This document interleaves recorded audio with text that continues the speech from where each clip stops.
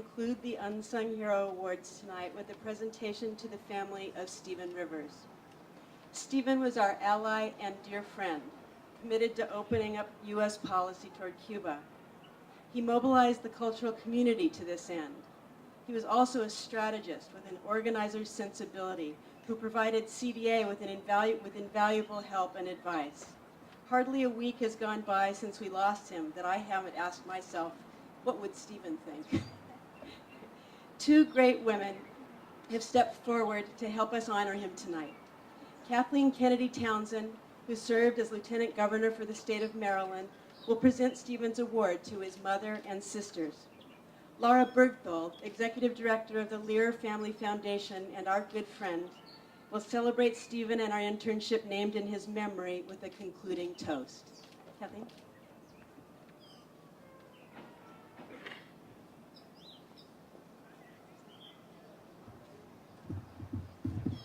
Thank you so much. It's as anybody that knows Steve, like you, I miss him very, very much.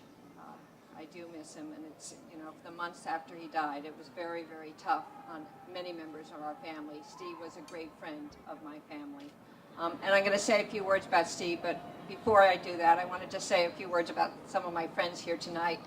I see Janet Schenck, who did take me to there she is, who did take me to El Salvador in the 80s and Nicaragua, and we survived, so thank you, Janet.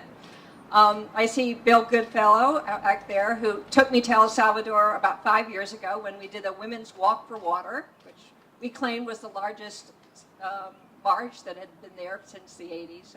I don't know if that's true, but it sounded good. Conrad, do you think that was a good walk? Thank you very much. Conrad was very helpful as well. I think of Steve, and it's really great that you're here, his family.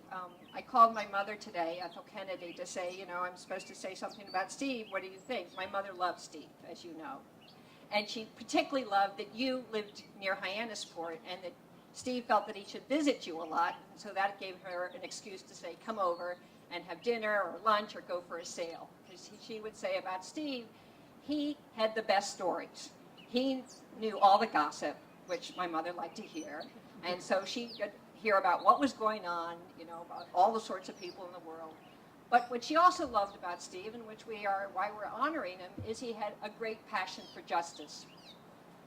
Her first words of her mouth when I said, what do you think I should say about Steve? She said, he's such a patriot. He loved our country. He loved the values of our country.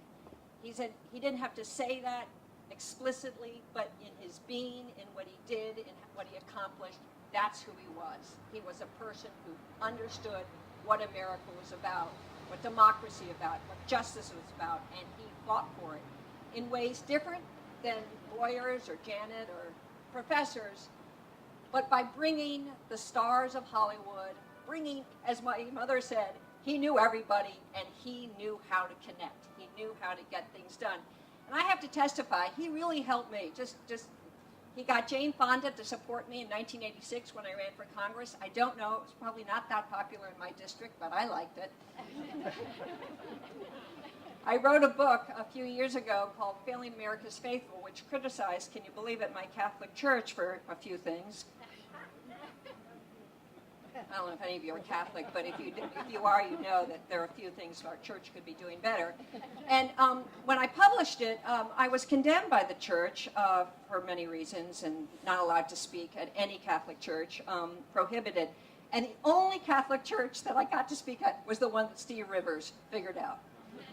Because he could get things done, and he did. He got me to speak at the church in Santa Monica. Nobody else could do it, but Steve Rivers knew how to get things done. And then his passion, of course, as each of you know, was Cuba. And he really thought we should have a better policy towards Cuba. And all of you agree. I agree. I was just asking. I went to Cuba in 1986 with Bob White. I'm glad you mentioned Bob. And Arthur Schlesinger. And we, I kid you not, went swimming in the Bay of Pigs. And it was clear that if you could go swimming in the Bay of Pigs, it was a bad place to invade. And Arthur, of course, had been one of the people in the White House who said this was a mistake, we shouldn't do it. We shouldn't have that invasion. And Steve thought we could do better, and he worked tirelessly on that. He got my mother to go to Cuba. She was happy to go, just as somebody else said, because her own father had a house in Cuba. Of course, she was very interested in visiting the house, see what had been expropriated by Castro. But she was most interested in following what my father had said in 1964, that we should have, once again, relations with Cuba. It does not make sense to break off relations. How many years ago was that? This was a person who was a part of an administration who had the Cuban Missile Crisis and the Bay of Pigs and was saying we should have relations because he believed, and as you believe, that foreign policy is about talking with people, working with people, understanding where they came from. You don't have to agree with them, and you shouldn't agree with them.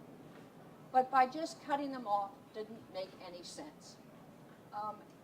My mother went to Cuba, believed that we should have better relations.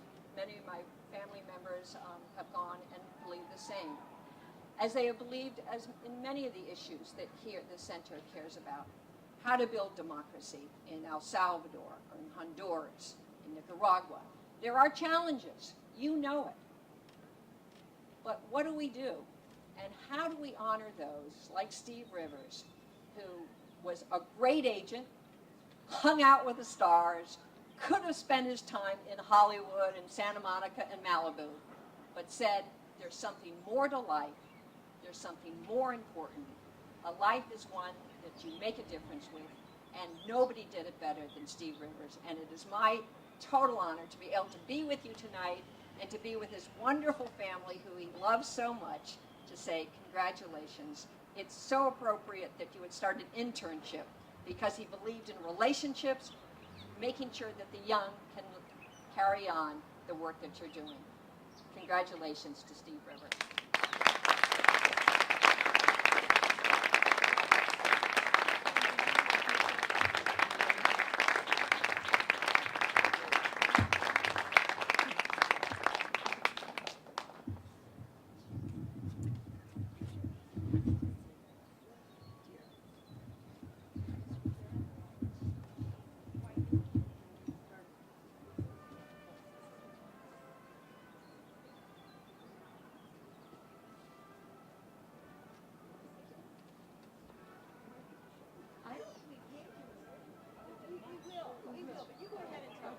Well, I had a few things I was going to, I'm Stephen's mother, and I had a few things I was going to say.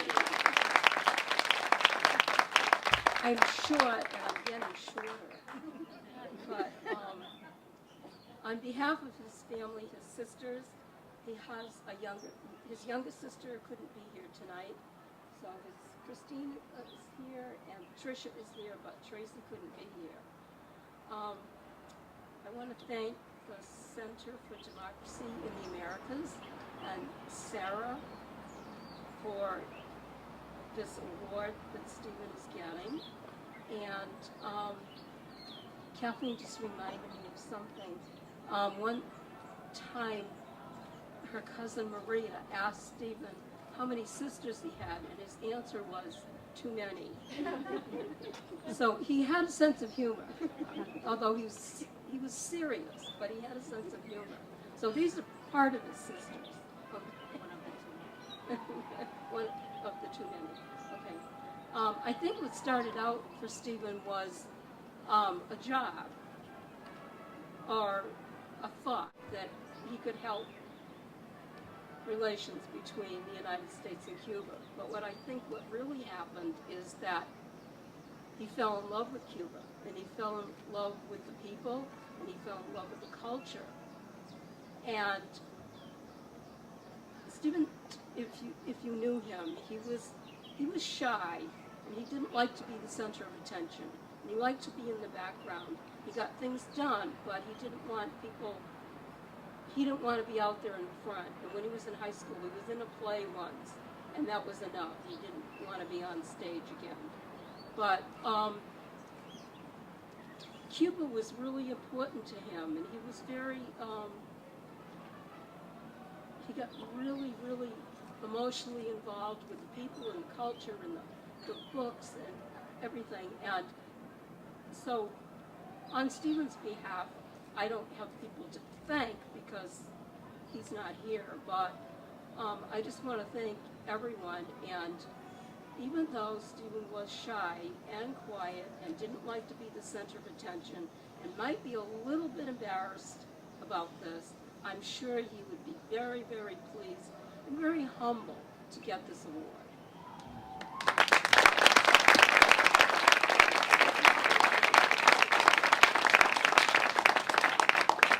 So I guess it's my job to raise a toast to Stephen, and I met Stephen in 1989 when he yelled at me for misspelling his name. So he may have been shy, yeah. And then I came to know his incredible heart, and when he traveled first to Cuba, he softened in this amazing way. And I traveled with him twice to Cuba, and he was so in love with that culture and those people. And really, I met him when I was working at the Hollywood Women's Political Committee, and he was everything they said, incredibly well connected, could make anybody do anything. And when it became on behalf of Cuba, changed the culture of that community, so many people went with him, so many people experienced that with him, and I think helped the movement so much. He is the spitting image of his mother. And I'm standing here, and I know he didn't like that. But no man ever wants to say he looked like his mother. And I'm standing here in front of this photo of Stephen, which I haven't seen before, which I feel completely exemplifies his spirit about Cuba and where I believe his spirit is now, which is sort of in those waves, frolicking in the warm waves of Cuba, hoping that we will come back there and visit, and hoping that we will come back there and make change in a really lasting way. So I raise my glass to Stephen Rivers, who we know is out there fighting the good fight for all the rest of us to come down there and continue to fight and continue to change, and to the family.